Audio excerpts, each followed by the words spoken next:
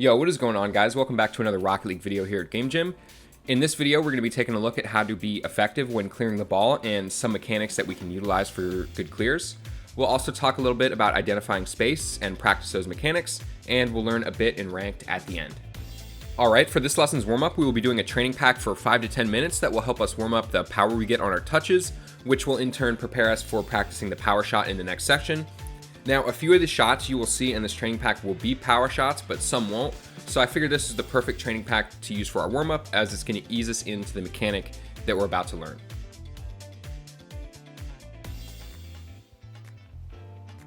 Okay, so before we actually jump into learning any mechanics, I want to talk a bit about the importance of clears in solo queue, because this is where a lot of players make the mistake of giving away possession, which is especially bad in solo queue because you won't be able to rely on your teammates to bail you out, right?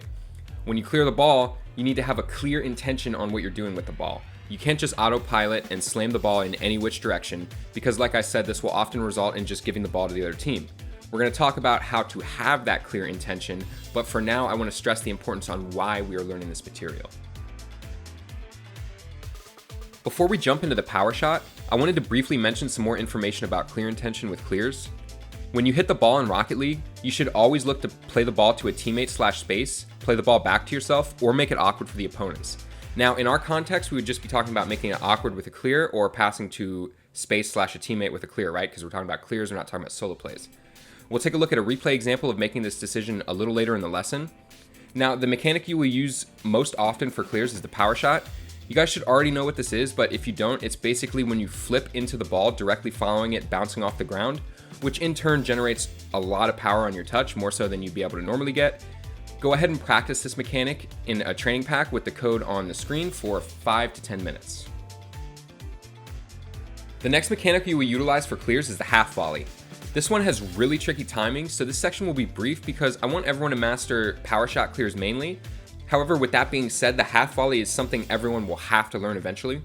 A half volley clear is essentially a power shot clear, but on the side of the wall. This mechanic is when you flip outward on the wall as soon as the ball bounces off the wall, right? Just like a power shot on the ground.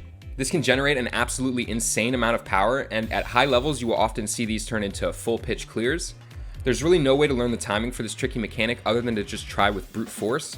So we'll be in another training pack for this mechanic, but if this one gives you trouble, don't worry as much as, like I said, I'm most worried about everyone mastering the power shot. Alright, now we're going to take a look at a replay example of how to identify space and then clear the ball accordingly. So here we're in one of my replays, and you can see we're looking at the player Lucky. This is my buddy Lucky, man. I queue threes with him a lot. And he had a clear during this play. We're going to watch that unfold. And it seems like it's a really good pass. I'll consider this a clear because it's pretty much a half volley across the field. But let's go back and take a look at this.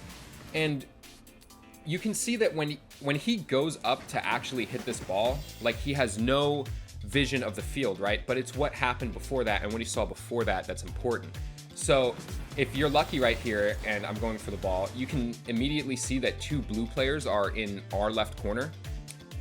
So a good assumption here is that the right side of the field is going to be pretty open, right? So that's why Lucky Man ends up trying to pass the ball across. And so that's a really good example. This isn't a long replay example, but you know, it's pretty simple. You just got to identify where the defenders are and then figure out where you think the least defended spot is and put the ball there. And it's that simple. Alright, now that you guys have learned some mechanics to utilize when clearing the ball and have watched a replay example of me identifying where I should clear the ball, it's time to go ahead and practice this in ranked 3v3. For about 30 to 45 minutes, play threes while focusing on using one of our mechanics to clear the ball at every opportunity and identifying space before clearing the ball.